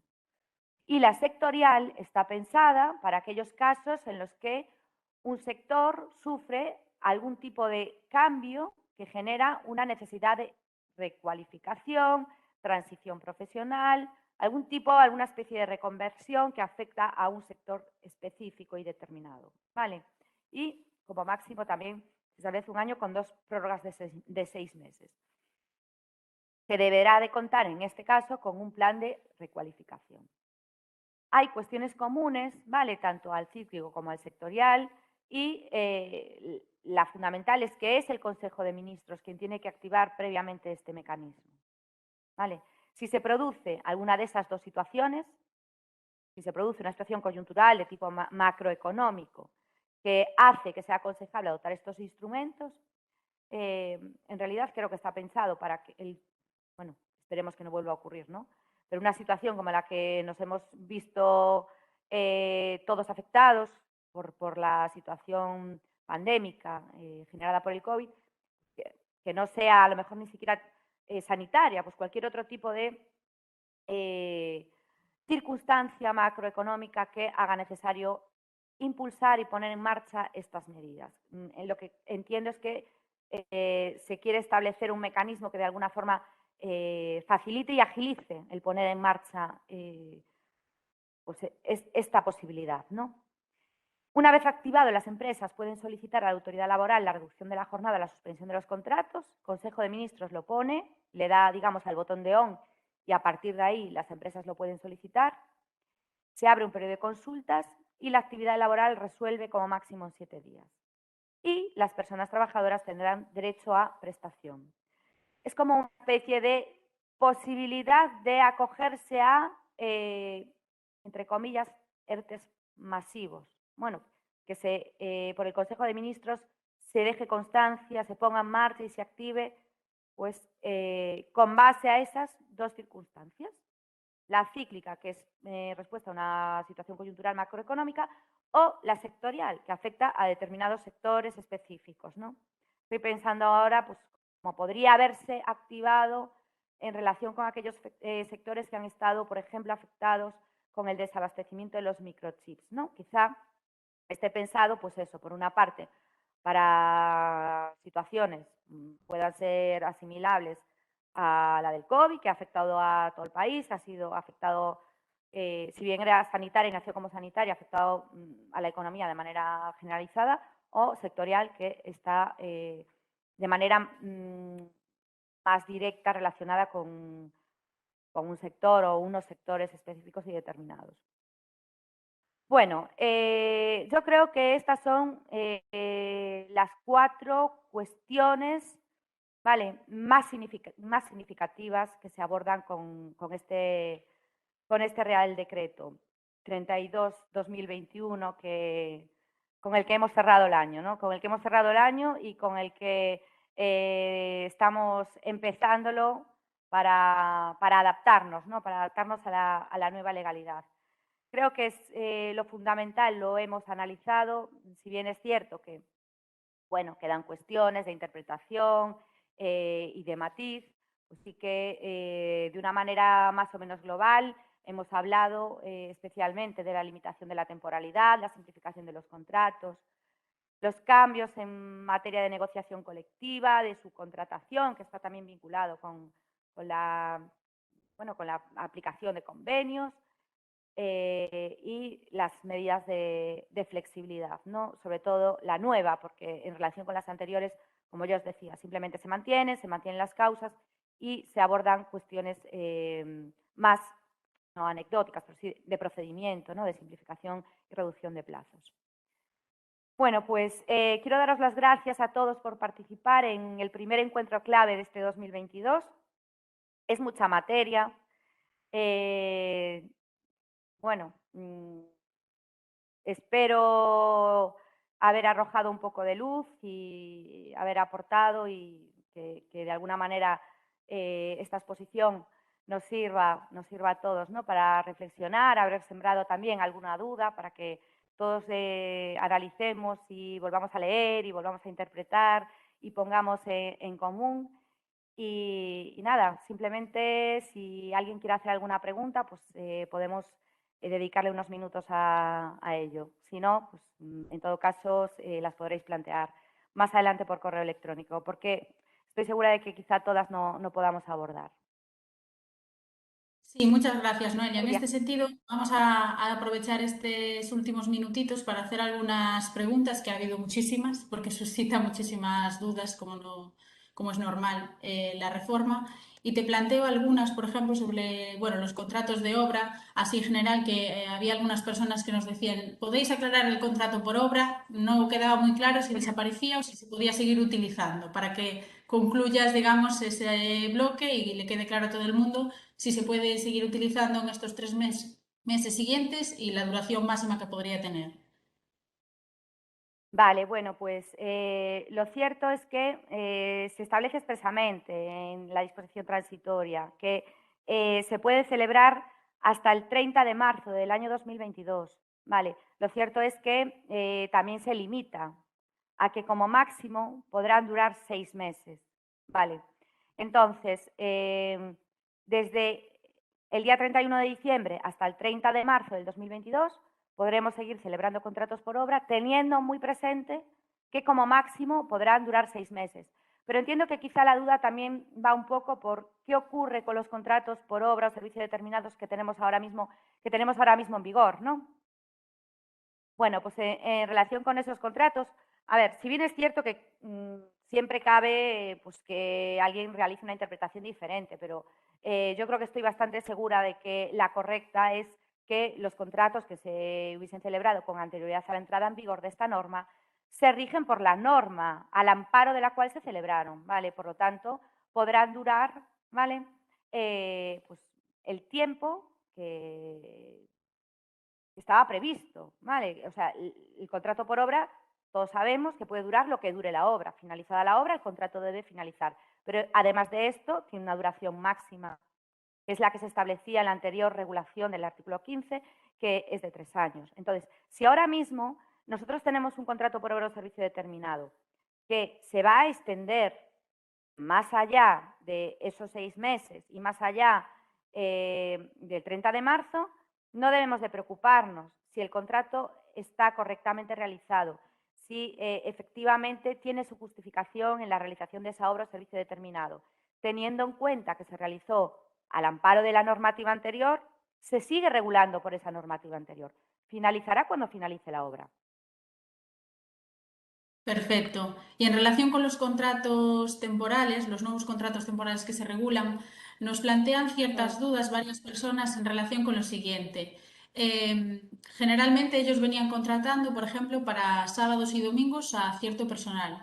Entonces, nos preguntan si esto sí es de manera no ocasional, sino que se viene repitiendo generalmente a lo largo del tiempo, si podrían realizar algún contrato eventual o algún contrato temporal de la nueva normativa o tienen que recurrir a alguna otra figura. A ver, si lo cierto es que de manera generalizada se contrata personal para los fines de semana, eso en realidad es una necesidad permanente en el tiempo, no es una necesidad temporal. Si bien es una necesidad permanente en el tiempo, de muy poco volumen, porque las personas trabajadoras solo prestan servicios los fines de semana, entiendo que eso tiene mayor encaje en un fijo discontinuo. Ojo, tampoco quiere decir que la totalidad de esa plantilla contratada los fines de semana a lo mejor sea estable. Lo que habrá que analizar es, yo contrato los fines de semana. ¿Qué volumen de personas contrato? Pues si todos los fines de semana contrato 8 personas, pero es que además hay fines de semana que contrato 15 y hay fines de semana que contrato 12, pues quizá el mínimo estable se deba de cubrir con fijos discontinuos y los picos, esos picos de, pues entiendo que esto fundamental puede afectar, voy a poner un ejemplo, a hostelería, ¿no? En hostelería yo ya sé que por mi ocupación el personal que tengo por la semana no resulta suficiente y contrato siempre los fines de semana. Bueno, pues habrá un mínimo de personal que contrate siempre. Pero es que a lo mejor el día que además en la ciudad se celebra un concierto, el que contrato siempre los fines de semana no es suficiente y tengo que contratar a más. Esos más o esos que están por encima de los, digamos, estables, sí que se podrían contratar con el contrato por circunstancias de la producción, amparándose en la causa de circunstancias ocasionales imprevisibles. Vale. Y al margen de que, por eso digo que habrá que estar muy al caso concreto, ¿no? Porque al margen de lo que digo, que si es una plantilla estable todos los fines de semana, quizá la modalidad adecuada sea el fijo discontinuo, sí que se puede dar si no se produce esa estabilidad, ¿vale? Y, por ejemplo, se contrata solamente esos fines de semana cuando hay eventos, pero hay eventos, pues, no sé, cada 4 semanas, en atención a la segunda posibilidad que nos da el contrato por circunstancias de la producción, ¿vale? Para circunstancias ocasionales que son previsibles, si no superamos los 90 días, quizá también podamos ampararnos en esa. Entonces, va a depender del nivel de estabilidad, ¿vale? De esa necesidad de personal. Pero siempre que estemos dentro del límite de los 90 días, aun siendo previsibles, ¿vale? En principio la norma lo permite. La norma lo permite. Siendo previsibles, la norma lo permite. Voy a poner un ejemplo muy claro. Pues a lo mejor un supuesto en el que tenemos un local que está cerca de un estadio de fútbol que sabe que siempre que hay partido se va a producir un incremento de su necesidad de personal que no va a cubrir con su personal estable. Y siempre que hay partido y se va a celebrar un partido de fútbol, va a necesitar pues, un volumen de plantilla más alto. Si nos movemos, aunque es previsible, porque sabemos que va a pasar, si nos movemos dentro del límite de los 90 días que no pueden ser seguidos, podríamos acudir a esta modalidad de contrato también. ¿Vale? Entonces, habrá que estar un poco eso, al caso concreto, a la necesidad específica y sobre todo a cuánto de estable es en el tiempo esa necesidad. Perfecto. Y en relación con el contrato por sustitución de la persona trabajadora, nos planteaban la siguiente duda. Si tenía 8 personas trabajadoras una empresa que han reducido por mutuo acuerdo su jornada a 1 hora diaria, para cubrir esas 8 horas, pues, ¿se podría contratar a una persona por este tipo de contrato de sustitución de la persona trabajadora? Derivado de ese mutuo acuerdo. Las personas trabajadoras se han reducido la jornada por mutuo acuerdo con la empresa. Vale, se ha reducido la jornada por mutuo acuerdo con la empresa. Entiendo que no es posible, porque la norma prevé que la sustitución tiene que tener, o sea, la ausencia de la persona o la reducción de la persona, de jornada de la persona, tiene que tener una base legal o convencional.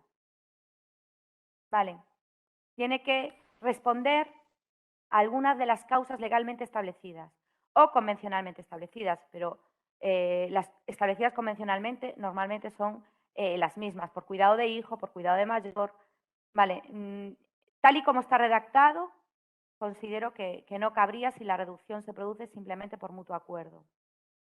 Y nos preguntan ¿Sabes en por qué? relación Además con esto. tiene... No, ¿sabes por qué sabes? O sea, esto tiene cierta lógica en el sentido de que la persona que se reduce su jornada por causa legal tiene derecho a volver a su jornada anterior.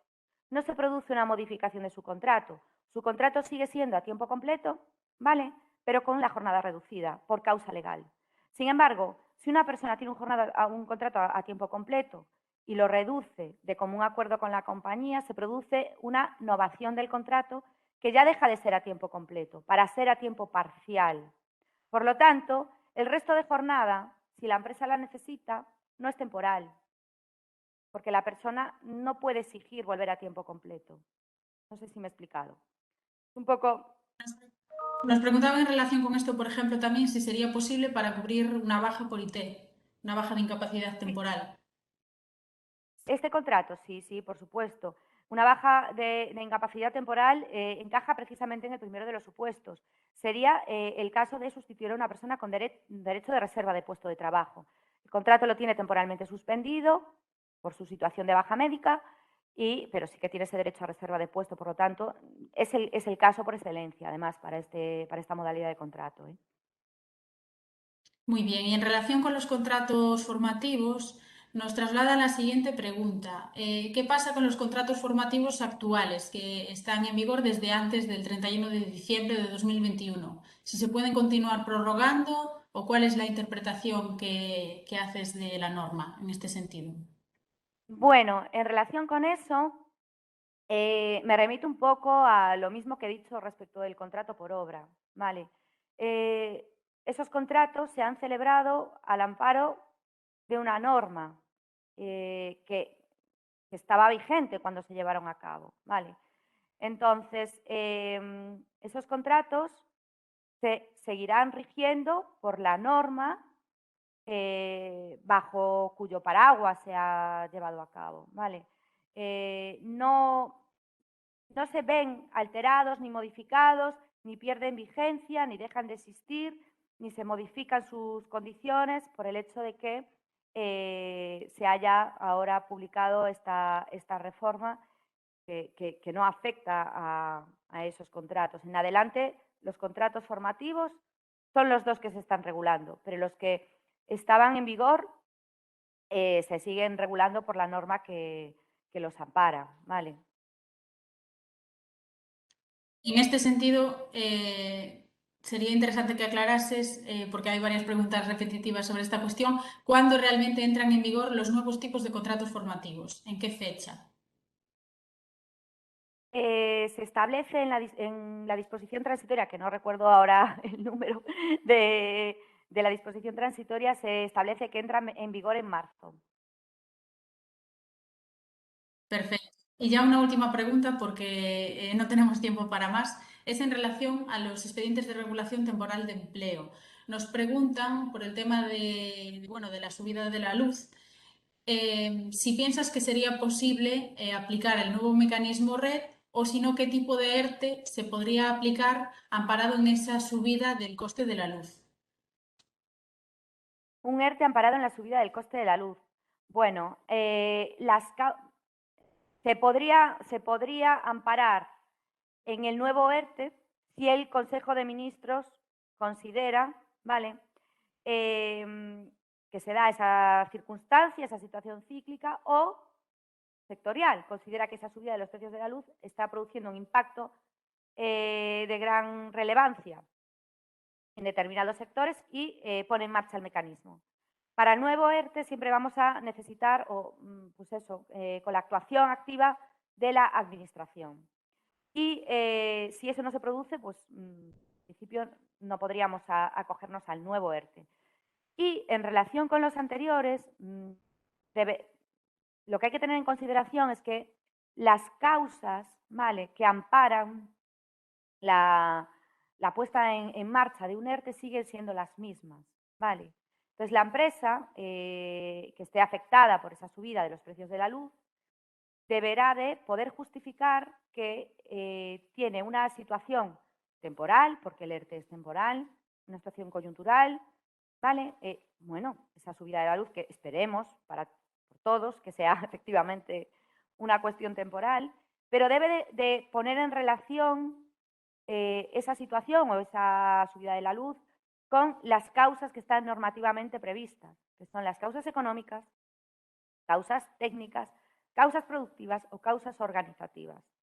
La subida de la luz en sí misma debe de poder justificar, debe de poder fundamentar que la empresa lo que tiene que justificar es que concurren en su actividad las causas legalmente previstas, que son económicas, técnicas, organizativas o de producción, para el caso de un ERTE ETOP.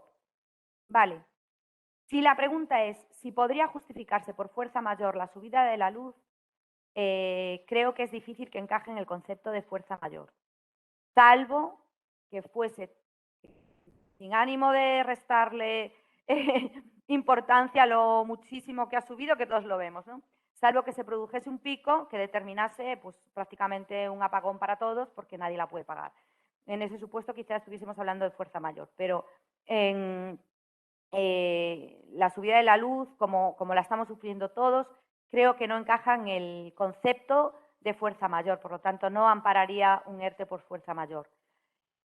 Y nos quedaría el recurso del ETOP, que es lo que he explicado, ¿no? Tendría que justificarse que concurren causas económicas, que pueden ser causas, no han cambiado, las causas económicas son tanto pérdidas como posibles, o sea, pérdidas futuras o pérdidas previstas, que sí que a lo mejor la compañía puede justificar en atención a esa subida del precio de la luz, que hace que sus costes pues, se hayan disparado, que si no se acometen medidas, pues vayan a estar en una situación de pérdidas en el futuro, disminución del nivel de ingresos, pues la luz no lo produce, sí, pero sí que puede justificar, entiendo yo, que un desajuste entre ingresos y gastos que pueda situar a la compañía en una situación económica negativa, que es lo que permitiría justificar la causa de un ERTE ETOP. Creo que es el recurso, pese al nuevo ERTE y las modificaciones operadas, creo que es el recurso que en el caso que me estás planteando le quedaría a esa empresa, ¿sabes?